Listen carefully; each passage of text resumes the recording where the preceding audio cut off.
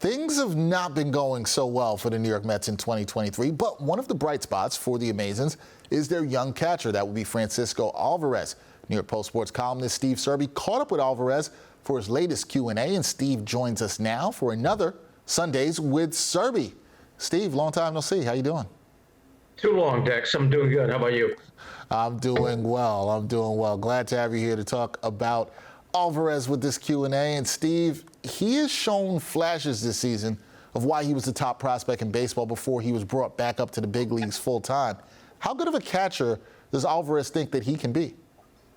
Well, the flashes haven't been seen lately, but that hasn't diminished his confidence. He really believes in himself, and he goes back to a conversation he had in January with Yadi Molina, and Molina impressed upon him that he is competing with the other catcher, with the opposing catcher, and he impressed upon him to take a look around, look up into the crowd, take a deep breath, and make sure you're not freaking out, because if teammates see a young catcher freaking out, they'll start freaking out. And Molina told him also to study the other hitters' weaknesses, the opposing team's hitters' weaknesses. And look, this is not about the present. The kid, I asked him, when will you be an all-star? And he says, he smiled and said, I think I'm a star now.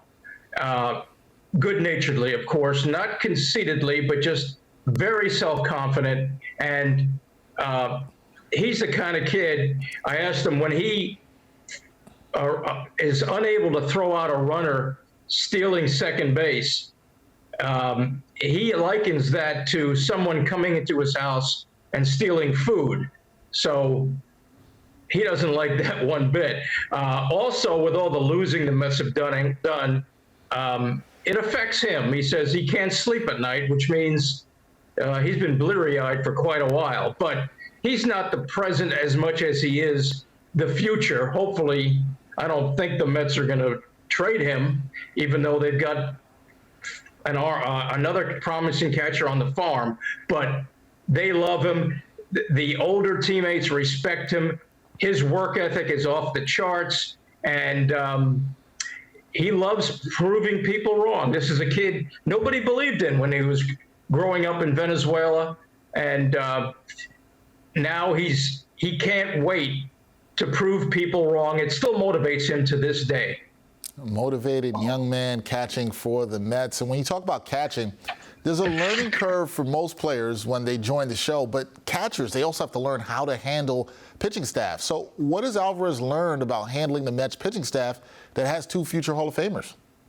Well, you know, catchers have to be psychologists or psychiatrists, and he has made an effort to learn what makes each of his pitchers tick. And that's no easy chore when you've got Max Scherzer and Justin Verlander to catch. But Max Scherzer has been of an immense help to him. He listens to the young rookie. He gives him words of wisdom. And all of them, as I said, all of them are impressed with his work ethic. He has a relentless work ethic.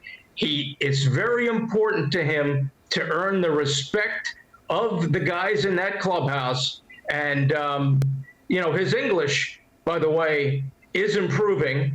We sat down with Alan Suriel, his translator, for most of the interview, but Mr. Alvarez is listening to English songs and making an effort to learn as much as he can about the English language, which obviously helps him communicate with his pitching staff. So, and he's got Brett Beatty to correct him whenever he says something wrong in English. Beatty will be right there by his side correcting him.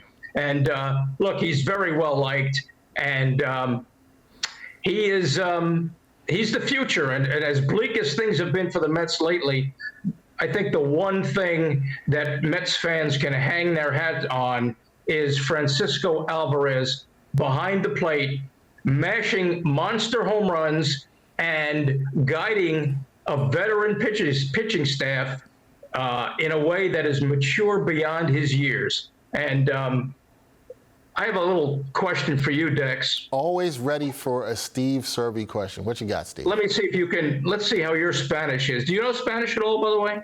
No. When I was growing up in high school, I took French, so I'm better with the French than I am with the Spanish. I know very minimal Spanish. Okay, maybe you can translate this for me.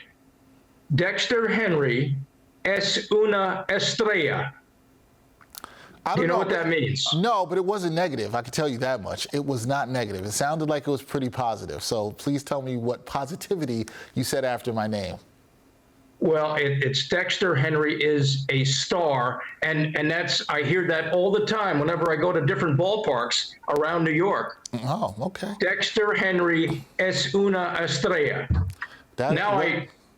I hear it all the time. Your Spanish is pretty good. I wonder what Francisco Alvarez would say about your Spanish there. I wonder what he would say. It's pretty good. I think it's pretty good. And what I should let the people know, if you check out Steve's it is. Gracias. That's the right answer there.